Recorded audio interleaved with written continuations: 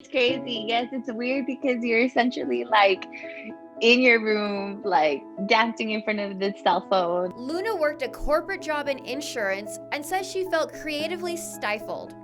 She decided to join OnlyFans in May, and by October, she quit her day job completely. Now, she says she consistently makes at least $1,600 a month. I realized that the work that I was doing, I didn't enjoy.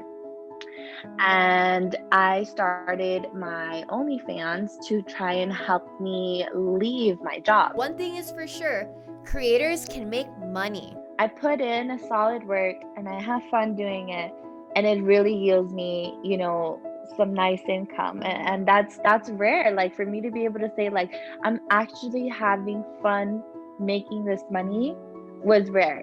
Luna says many incorrectly assume all the content to be either highly pornographic or outright prostitution. On mine, that's not really what I base mine off of. Like mine are mostly all pictures of me, and I'll try to be creative with some of the sets, but it'll be like in lingerie and stuff like that.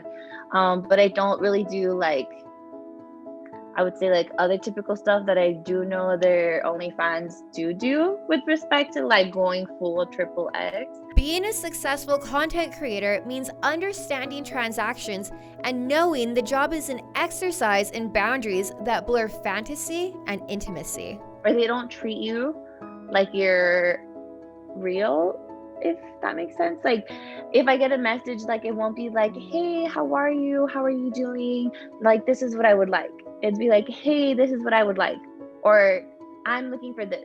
Content creators are aware of the legal and safety risks if and when the virtual becomes physical.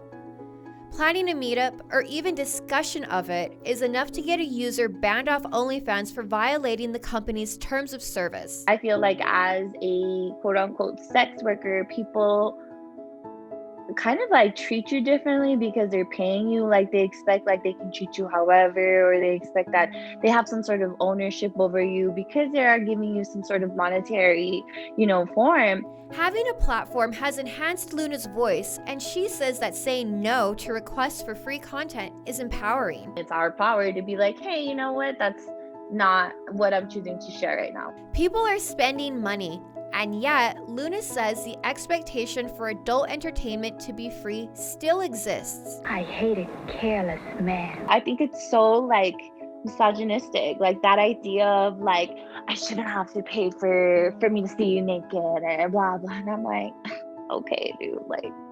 Being on OnlyFans is giving Luna an opportunity to grow her entrepreneurial pursuits.